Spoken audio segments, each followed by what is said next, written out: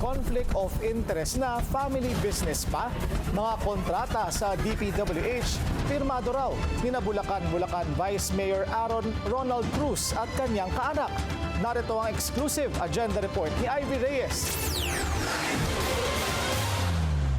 Bulacan ang sinasabing ground zero ng maanumalyang flood control projects. Dahilan para dito rin magsimula ang suspension ng mga DPWH official nang pumutok ang flood control scandal. Isa ang TBB Construction Corporation sa mga construction firms sa Bulacan.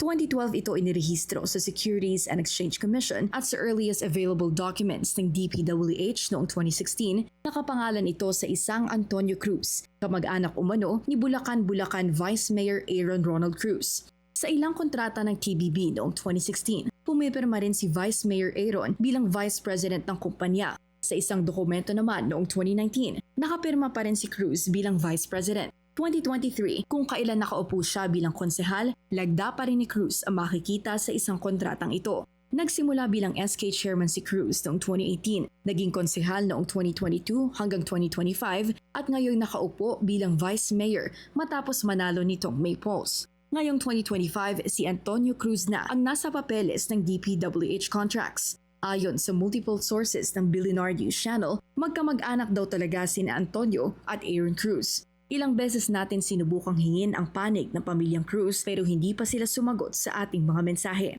Sa mga nakuha naming litrato, makikitang kasama ni Antonio at Aaron Cruz sa magkahiwalay na photos sina dating DPWH Bulacan officials Henry Alcantara at Bryce Hernandez. Sinubukan din nating hinga na pahayag si Kapitan Mikey Cruz na isa rin umanong kamag-anak na mga nasa litrato kaugnay ng TBB Construction.